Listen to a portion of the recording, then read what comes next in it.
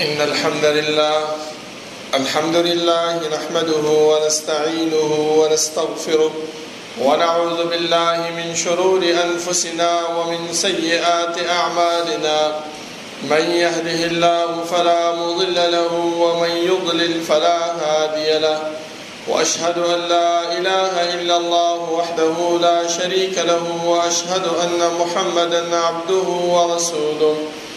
يا أيها الذين آمنوا اتقوا الله حق تقاته ولا تموتن إلا وأنتم مسلمون. يا أيها الناس اتقوا ربكم الذي خلقكم من نفس واحدة وخلق منها زوجها وبث منهما رجالا كثيرا ونساء، واتقوا الله الذي تساءلون به والأرحام،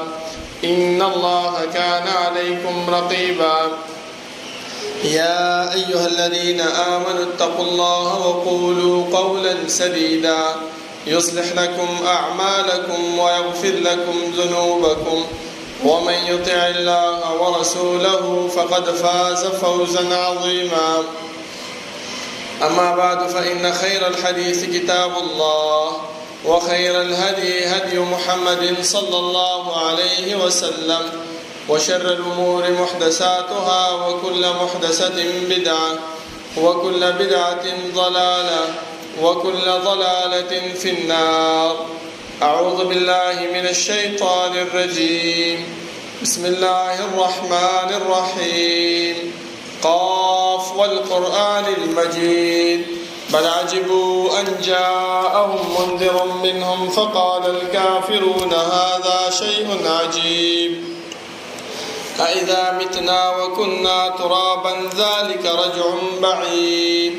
قد علمنا ما تنقص الأرض منهم وعندنا كتاب حفيظ. بل كذبوا بالحق لما جاءهم فهم في أمر مريج. أفلم ينظروا إلى السماء فوقهم كيف بنيناها وزيناها وما لها من فروج.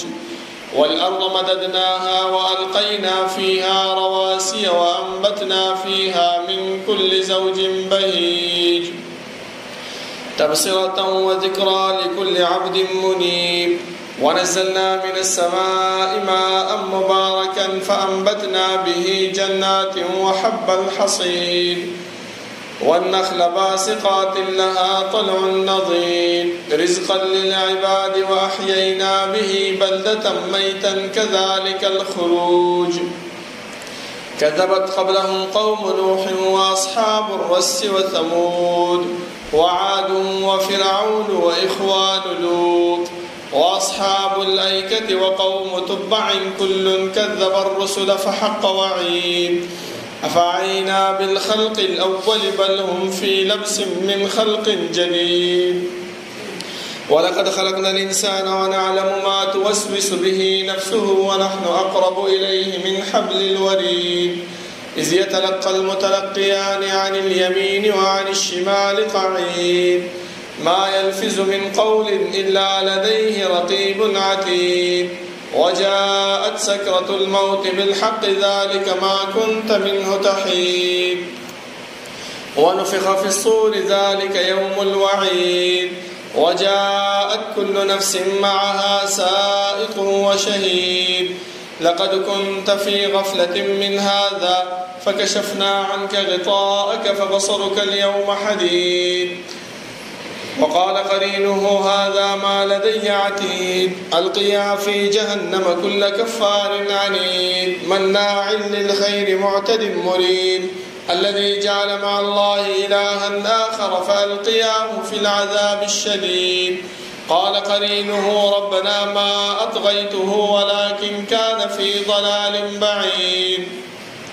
قال لا تختصموا لدي وقد قدمت إليكم بالوعيد ما يبدل القول لدي وما أنا بظلام للبعيد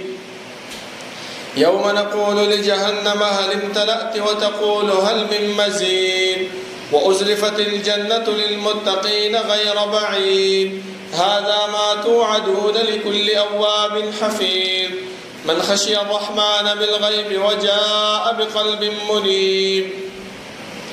ادخلوها بسلام ذلك يوم الخلود لهم ما يشاءون فيها ولدينا مزيد وكم أهلكنا قبلهم من قرن هم أشد منهم بطشا فنقبوا في البلاد هل من محيص إن في ذلك لذكرى لمن كان له قلب أو ألقى السمع وهو شهيد ولقد خلقنا السماوات والأرض وما بينهما في 6 أيام وما مسنا من لغوب فاصبر على ما يقولون وسبح بحمد ربك قبل طلوع الشمس وقبل الغروب ومن الليل فسبحه وأدبار السجود واستمع يوم ينادي المناد من مكان قريب يوم يسمعون الصيحة بالحق ذلك يوم الخروج إنا نحن نحيي ونميت وإلينا المصير يوم تشقق الأرض عنهم سراعا ذلك حشر علينا يسير نحن أعلم بما يقولون وما أنت عليهم بجبار فذكر بالقرآن من يخاف وعيد اللهم صل على محمد وعلى آل محمد كما صليت على إبراهيم وعلى آل إبراهيم إنك حميد مجيد اللهم بارك على محمد وعلى آل محمد كما باركت على إبراهيم وعلى آل إبراهيم إنك حميد مجيد بسم الله الرحمن الرحيم إن الذين قالوا ربنا الله ثم استقاموا تتنزل عليهم الملائكة ألا تخافوا ولا تحزنوا وأبشروا بالجنة التي كنتم توعدون. الله رب العالمين أحكم الحاكمين دجول بادشاہ دجول زبردست هغه رب العالمین چې تمام کائنات خالق او مالک دی، هغه الله چې تمام کائنات متصرف او منتظم دی، هغه رب العالمین چې دا غیب صفاتو کې یو صفت فعال لما يريد دی. رب العالمین چې سکی سوخ چې کوي سرنګ چې کوي چا سره چې کوي کولای شي دا الله رب العالمین نه څوک تاسو نشي کولای. وهم يسألون او دا مکلف مخلوقات چې هر څومره دي، خو هغه انبیا دي او که امت دي، خو هغه باچاهان دي او که رعیه ده، د هر یو فرد نه الله رب العالمین تپوس او پوښتنه کوي. زما محترمو د الله رب العالمین دا تپوس او دا پوښتنه دا په دې خبره باندې دلالت نه کوي چې دنیا کې مونږ کوم عمل کوو کوم کار کوو الله رب العالمین ته پته نشته. نظم محترمو، بلکې الله رب العالمین خپل فرمایي چې ولله ملک السماوات والارض وان تبدوا ما في انفسكم او تخفوه يحاسبكم به الله. دا الله رب العالمین سره د اسمانونو د باچاهي ده. سچ غواړي کوم عمل چې تاسو ښکارا کوي او کوم عمل چې تاسو پټ کوي، الله رب العالمین به د هر یو باره کې تاسو ته تپوس پوښتنه کوي. نو بیا یې موږ سره دا کرامن کاتبین د څه د وجې نه کېنولي دي چې الله رب العالمین ته پته ده. زما محترمو، زموږ د دنیا دا ماحول دی چې کله کوم انسان څه کوم جرم وکړي نو د هغه جرم نه سمدستي انکار کوي چې ما دا کار نه دی کړی، تر هغه وخته پورې چې کله په دې باندې ګواه پیش شي، کله په دې باندې عیني شاهد پیش شي، نو بیا د هغه جرم نه انکار نشي کولی. نو دې وجې نه الله رب العالمین موږ صدا کرامن کاتبین مقرر کړل چې انسانه سبا چې د الله رب العالمین مخې ته ودرېږي او الله رب العالمین تا نه تپوس کوي چې تا دا شرک ولې کړی، نو دا به ورته وایي چې والله ربنا ما كنا مشرکین، ای الله موږ خو په دنیا کې هېڅ قسم د شرک نه و کړی. الله رب العالمین به د کرامن کاتبین ته وایي چې راوړه د عمل نامه چې هغه وګوري. نو یو خبره په هغې کې لیکلې وي، بیا به دا ارمان کوي چې ما لهذا الكتاب لا یغادر صغیرة ولا کبیرة الا احصاها. څه شوي دي عمل نامې دپاره چې مونږ خو نه زمونږ وړه ګناه پرېښې ده او نه یې غټه ګناه، مګر ټوله یې په دې کې را اشاره کړې ده. د الله رب العالمین لکونه او کرورونه رحمتونه په جناب محمد رسول الله صلی الله علیه وسلم باندې چې هغه مونږ ته د الله رب العالمین ذات او صفات، د الله رب العالمین اسماء او احکام، د الله رب العالمین د وحدانیت طریقې راته وښودلې او هغه لارې او هغه طریقې هم راته وښودلې چې د هغې باندې عمل کولو سره موږ د الله رب العالمین رضا او جنت حاصلولی شو، او هغه لارې او هغه طریقې هم راته وښودلې چې د هغې نه په اجتناب سره موږ د الله رب العالمین د قهر او د غضب نه بچ کېږو. زما محترمو، الله رب العالمین چې موږ د دنیا کې پیدا کړي یو، نو زموږ د پیدایش مقصد هغه بیکار او عبث نه و، بلکې الله رب العالمین موږ د خپل عبادت لپاره د دنیا کې پیدا کړي یو، او ورسره د الله رب العالمین چې کوم قائد او کوم رهنما چې را لېږلی دی د هغې تابعداري هغې په موږ باندې فرض کړې ده. ځکه الله رب العالمین خپله فرمایي چې کله آدم علیه السلام دنیا ته راولېږلو نو ورته وویلې چې فإما يأتينكم مني هدى فمن تبع هدايا فلا خوف عليهم ولا هم يحزنون. زما طرف نه به یو استاد د رهنمایي، ستا د کامیابۍ او د فلاح دپاره راځي، ته به د هغې خبره منې، نو هله به ته کامیاب به په دې دنیا کې. سبا چې د الله رب العالمین مخې ته ورشي نو الله رب العالمین چې تا نه تپوس وکړي نو ته به ورته چې الله تا پیغمبر را لېږلی و، ستا پیغمبر موږ ته دغه خبره په دې قرآن کریم کې بیانه کړې وه، په احادیثو کې موږ ته بیانه کړې وه چې دا دین دی، دا شریعت دی، په دې باندې عمل وکړه نو کامیاب به یو. اوس راځو دې خبرې ته زما محترمو چې موږ دې دنیا کې وخت تېرو، قسمه قسم خلک په دې دنیا کې موجود دي او هغو قسمه قسم اعمال کوي. نو آیا دغه عملونه او دغه کارونه موږ ته چې کوم پیغمبر را لېږلی شوی دی د هغې په دین او د هغې په شریعت کې موجود دي او که نه دي موجود؟ دې طرف ته توجه پکار دی، دې طرف ته کتل پکار دی که آیا د الله رب العالمین او د هغې د پیغمبر صلی الله علیه وسلم د را لېږلی شوی دین د هغې په شریعت کې دغه کارونه دغه خبرې موجودې وي، نو دا زموږ د کامیابۍ ذریعه ده، او که موجود نه وي نو بیا زموږ د ناکامۍ ذریعه ده. ځکه الله رب العالمین خو موږ دې خبرې باندې مکلف کړي یو چې موږ به د رسول الله صلی الله علیه وسلم تابعداري دا به په هر حالت کې کوو. تر دې پورې راته وویلې چې انسانه که محبت کول غواړې ما سره، دا غواړې چې الله رب العالمین تا سره محبت وکړي، ته د الله رب العالمین محبوب ترین بنده جوړ شي، نو څه شی وکړه؟ فتبعوني. پیغمبر ته ویل دا امت خبر کړه چې ته څه وکړه؟ فتبعوني، زما تابعداري وکړئ. بل ځای کې وفرمایل چې ومن یطع الرسول فقد اطاع الله. چا چې د پیغمبر صلی الله علیه وسلم تابعداري وکړه هغه داسې شو لکه چې د الله رب العالمین تابعداري کړې وي. اوس موږ څه کوو؟ مونږ د هغه تابعداري او د هغه محبت په لاس کې مراغسته دي، خو لیکن خپل هغه عملی جامه کې هغه محبت او هغه تابعداري نه چو، بس چې په زړه کې مونږ ته خبره راشي په هغې باندې عمل کوو. شیطان چې زمونږ زړه کې کومه وسوسه واچي په هغې باندې روان یو. ځکه شیطان د الله رب العالمین سره دا وعده کړې وه چې کله الله د جنت نه راویستو او دنیا ته یې راولېږلو او لعنتي کو، هغه ورته وویل چې الله ما له لږ مهلت راکړې تر قیامته پورې، زه به دا ستا دا ټول بندګان دا به ګمراه کوم. الله به ورته ویل چې صحیح ده مهلت مې درکو، خو څنګه به یې ګمراه کړې؟ هغه ورته ویل چې لأزینن لهم فی الارض ولأغوینهم اجمعین. دغه د بد عمل، دغه د جهنم ته د تګ عمل، دغه د سمې لارې نه د اورېدو عمل، دا به دې ته زه په ثواب په نیت باندې به پېښ کوم او دا ټول به زه ګمراه کړم. الله ورته وفرمایل چې الا عبادک منهم المخلصین، زما نیکوکار بندگان هغه به تا نه بچ کېږي. هغه خلک چې د رسول الله صلی الله علیه وسلم په تابعداري باندې روان دي هغه به تا نه بچ کېږي. بیا ورته شیطان ویلې چې الله په دې خبره باندې انسانان او خپل بندگان مه دوکه کوه. ثم لآتینهم من بین ایدیهم ومن خلفهم وعن ایمانهم وعن شمائلهم ولا تجد اکثرهم شاکرین. زه به دې انسان ته مخکې نه وروستو نه ښي طرف نه ګس طرف نه هر طرف نه به وله راځم. ولا تجد اکثرهم شاکرین، ته به دیو کې هېڅ خلک موندنه کړي چې دا ستا شکریه ادا کړي. راځئ اوس ګورو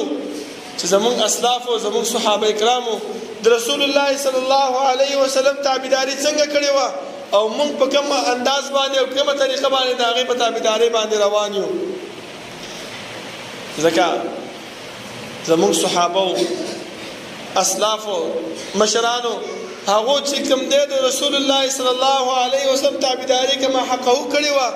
ځکه الله رب العالمین په دنیا کې دې خلکو ته د جنت زیری ورکړی دی او ورسره دایم ورته ویلي دي چې فإن آمنوا بمثل ما آمنتم به فقد اهتدوا. انسانانو که چېرته تاسو د دې صحابو په نقش قدم باندې روان شوئ، دیو چې کوم رنګ عمل کړی و کوم رنګ کار کړی و په هغې باندې تاسو عمل او کار شروع کو نو فقد اهتدوا، تاسو به هم هدایت مونده کړئ. ځکه بعضې خلکو د الله او د الله د رسول د صحابو په باره کې الټه سیده خبرې شروع کړې چې دا خو قمقل دي، موږ دیو سره ټوکې کوو. الله رب العالمین سمدستي جواب راولېږه چې تاسو ته ضرورت نشته دې خبرو ته چې تاسو د دې خلکو جوابونه وکړئ، زه به جواب کوم. الا انهم هم السفهاء، دغه خلک چې کوم دي قمقلان دي. الله یستهزئ بهم ویمدهم فی طغیانهم یعمهون. الله به دیو سره د قیامت په ورځ باندې به ټوکې وکړي. بیا منافقینو د دې صحابو دغه کوله ټوکې به ورسره کولې. الله رب العالمین جواب وکړو چې د قیامت په ورځ به دیو ته وویلی شي فالتمسوا نورا فضرب بینهم بسور له باب، ورشئ د رڼا ځان له ولټوئ. دیو چې کله رڼا پسې را روان شي الله رب العالمین به د دیو په منځ کې دیوال مقرر کړي. دغه شانتې ټوکې به الله رب العالمین دې منافق او دې کافرانو سره به کوي. زما محترمو، ځکه صحابه خو چې دی نو که ما حقه عمل کړی، خو مونږ هغه شانتې عمل نه کوو ځکه مونږ کامیاب هم نه یو. هر قسم مصیبتونه تکالیف سختیانې په مونږ باندې را روانې دي. نن سبا په دې معاشره کې چې هره میاشت راځي د هرې میاشتې مونږ چې دی نو تعظیم نه کوو بلکې د هغې الټ کوو. ځکه زما محترمو دا کومه میاشت په مونږ باندې روانه د ربیع الاول دې ته که مونږ سوچ وکړو مونږ ته خلک څه وایي چې دا د رسول الله صلی الله علیه وسلم د پیدایش میاشت ده. که چېرته مونږ دې خبرې ته سوچ وکړو زما محترمو د علماو کتابونه وګورو تاریخ اوراق واړو راواړو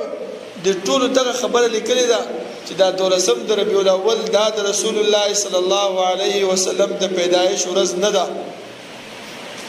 بعضو ویلې چې 8 د ربیع الاول ده، بعضې وایي چې 9 ده، بعضې وایي چې 10 ده. 12 هیڅ چا نه بیان کړی. ورسره دا خبره هم کړې ده چې کوم کس دا وایي چې 12 د رسول الله صلی الله علیه وسلم د پیدایش ورځ ده، وایي زه چیلنج ورکوم چې دا دې ما ته ثابت کړي په دې خبره باندې. بلکې دولسم د رسول الله صلی الله علیه وسلم د وفات ته که موږ دې خبرې ته سوچ وکړو دا زموږ مشرانو به ویله وایي دا کومه میاشت ده وایي دا باره وفات میاشت ده وایي په دې کې د رسول الله صلی الله علیه وسلم وفات شوی دی هغه موږ بدل کړله خو الله رب العالمین چې کوم په موږ باندې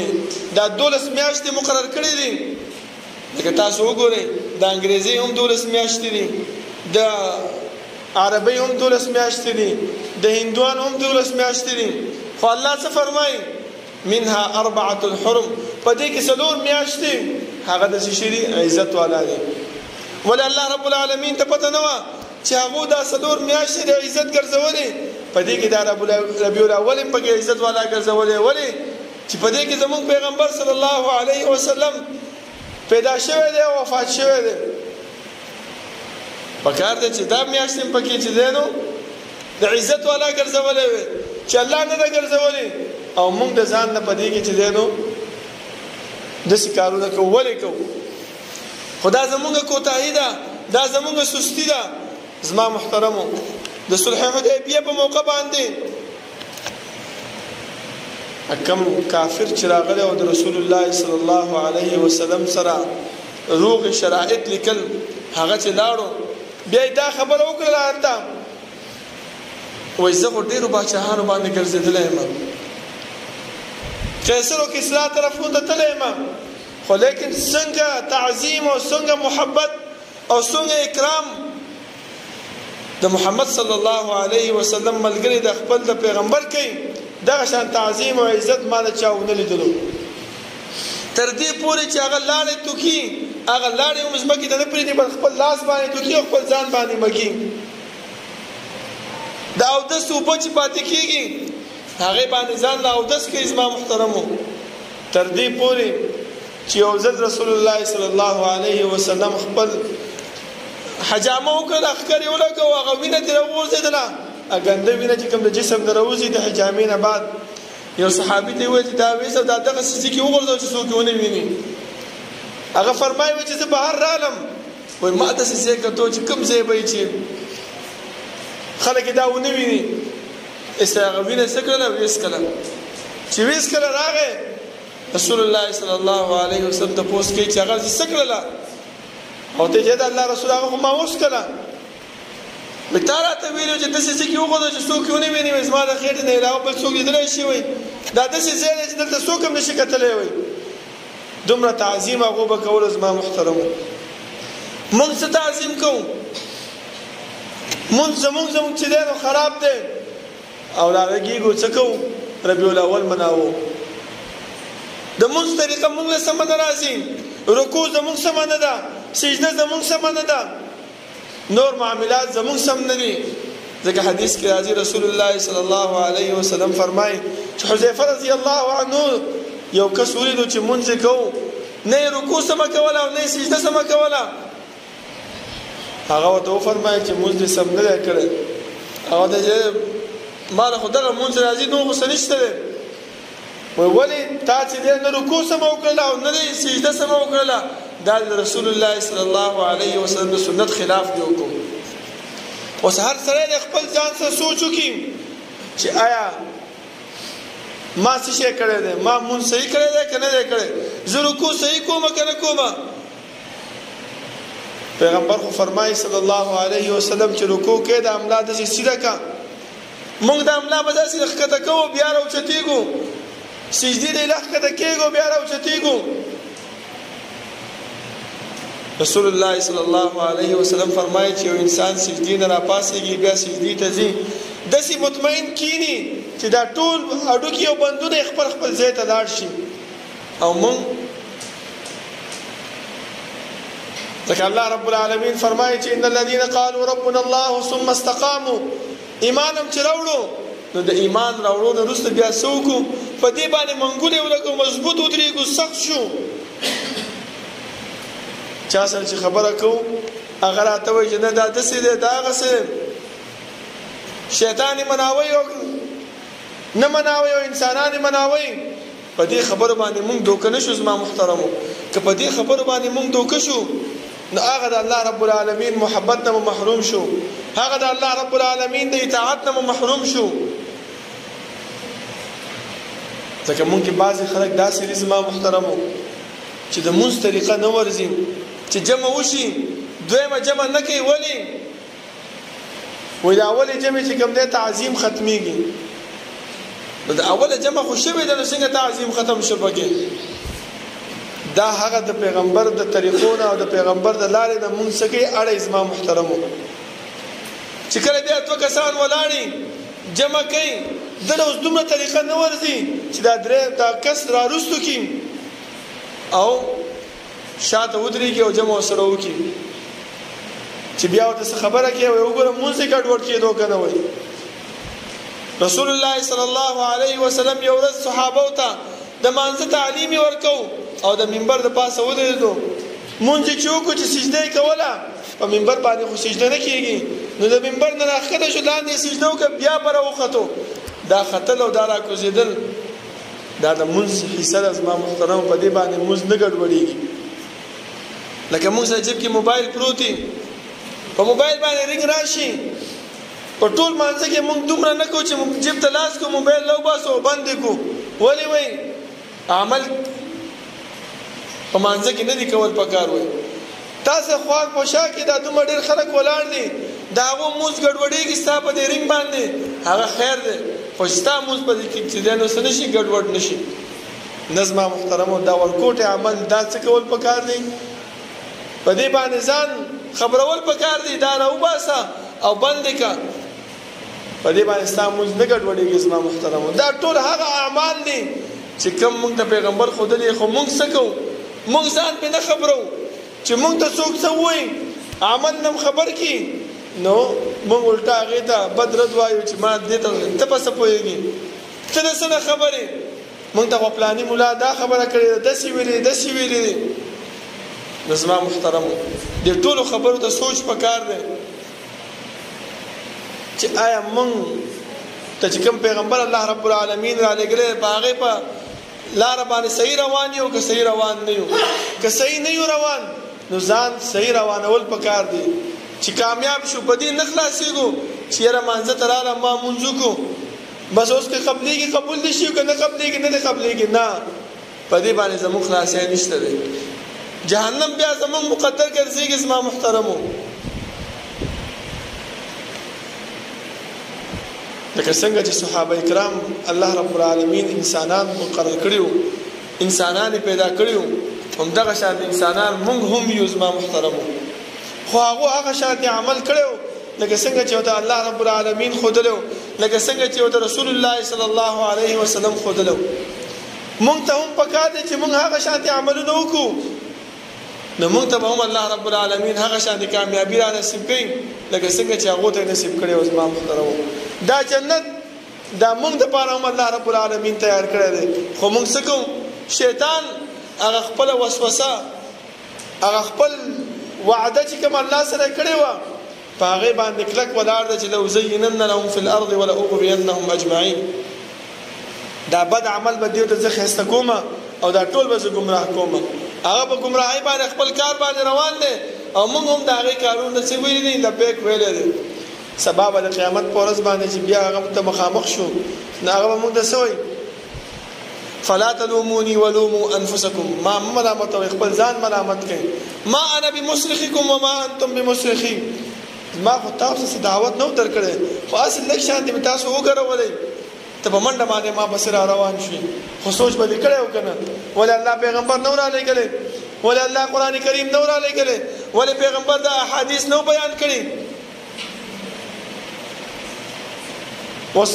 اسم نه کېږي. راځئ دواړه یو ځای په جهنم کې څه کړو؟ سوځېږو. راځه نو بیا زمونږ جهنم مقدر ګرځېږي زما محترمو. لږ دې خبرو ته سوچ پکار دی چې مونځ کوو، دې مونځ ته سوچ وکړو چې آیا ما دا مونځ وکړو په دې کې د رسول الله صلی الله علیه وسلم طریقه څونه وه او د هغې خلاف څونه و.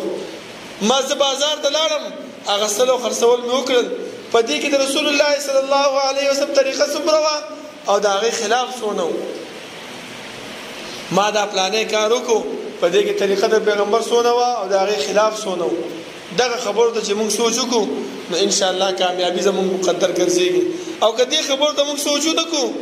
زما محترمو کامیابی زموږ مقدر هغه نه ګرځيږي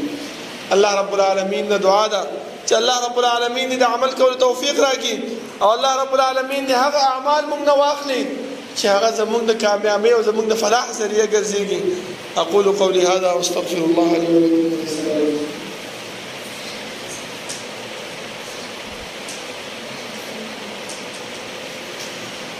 إن الحمد لله نحمده ونستعينه ونستغفره ونعوذ بالله من شرور أنفسنا ومن سيئات أعمالنا من يهده الله فلا مضل له ومن يضلل فلا هادي له وأشهد أن لا إله إلا الله وحده لا شريك له وأشهد أن محمدا عبده ورسوله. يا أيها الذين آمنوا اتقوا الله حق تقاته ولا تموتن إلا وأنتم مسلمون. يا أيها الناس اتقوا ربكم الذي خلقكم من نفس واحدة وخلق منها زوجها وبث منهما رجالا كثيرا ونساء واتقوا الله الذي تساءلون به والأرحام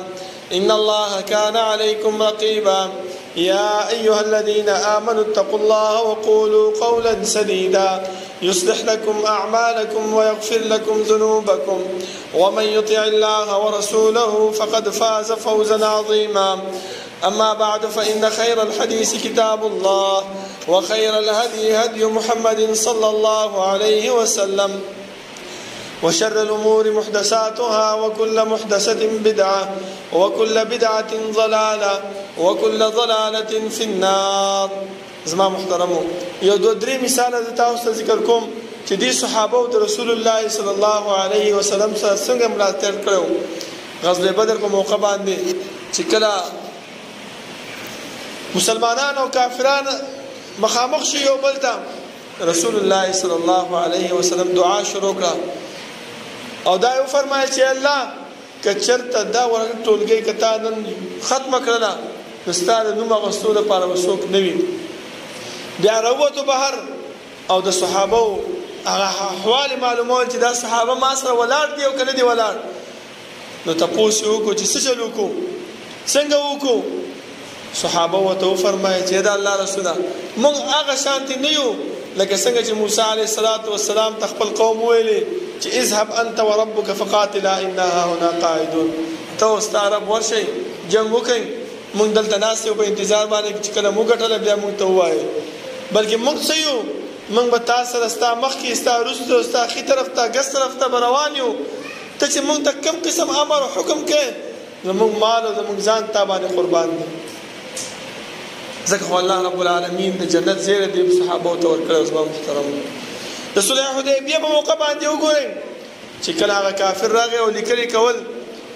نو علي رضی الله عنه لیکل کول ځکه رسول الله صلی الله علیه وسلم ته لیکل نه ورتل هغه لیکل چې من محمد رسول الله هغه وته وی چې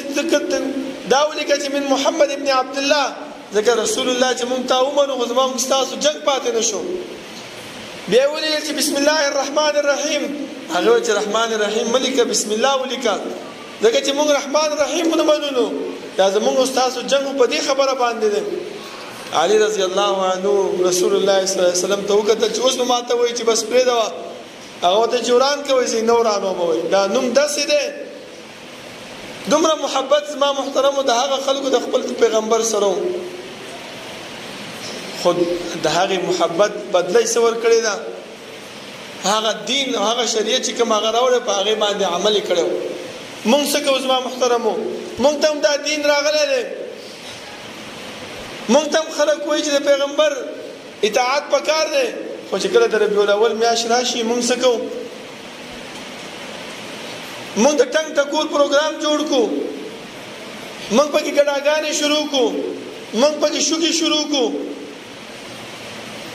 سوایو وای دا د رسول الله صلی الله علیه وسلم د ولادت میاشت ځکه دا خوشحالي کوي هغه پیدا شوی دی نو په پیدایش باندې خلک خوشحالي کوي نو ځکه موږ دا خوشحالي کوو. لکه زما محترم تاسو وګورئ چې کله ابو لهب د رسول الله صلی الله علیه وسلم ترو هغه ته چې دا پته ولګېدله چې ستا وراره پیدا شوی دی رسول الله صلی الله علیه وسلم نو هغه څه وکړه په خوشحالۍ کې وینځه آزاده کړله او زمون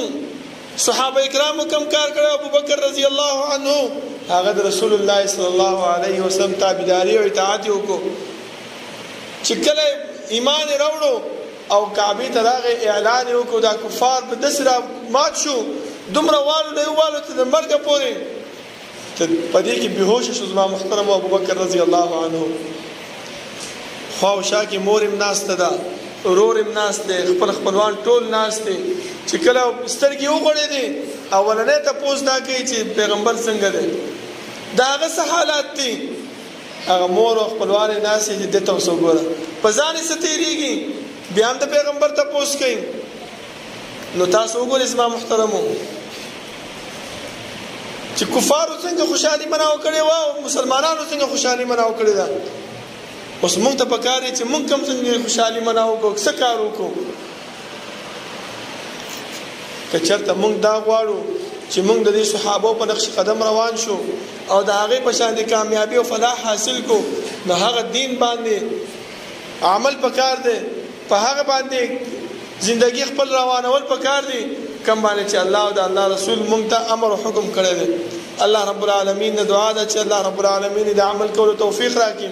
او الله رب العالمین دې هغه اعمال مونږ نه والي چې هغه د جنت ته تلو ذریعہ وي او د هغه اعمالو نه مونږ وساتي چې هغه د جهنم ته تلو ذریعہ وي ربنا لا تزغ قلوبنا بعد إذ هديتنا وهب لنا من لدنك رحمة إنك أنت الوهاب ربنا اغفر لنا ولإخواننا الذين سبقونا بالإيمان ولا تجعل في قلوبنا غلا للذين آمنوا ربنا إنك رؤوف رحيم ربنا لا تؤاخذنا إن نسينا واخطأنا ربنا ولا تحمل علينا إصرا كما حملته على الذين من قبلنا ربنا ولا تحملنا ما لا طاقة لنا به واعف عنا واغفر لنا وارحمنا أنت مولانا فانصرنا على القوم الكافرين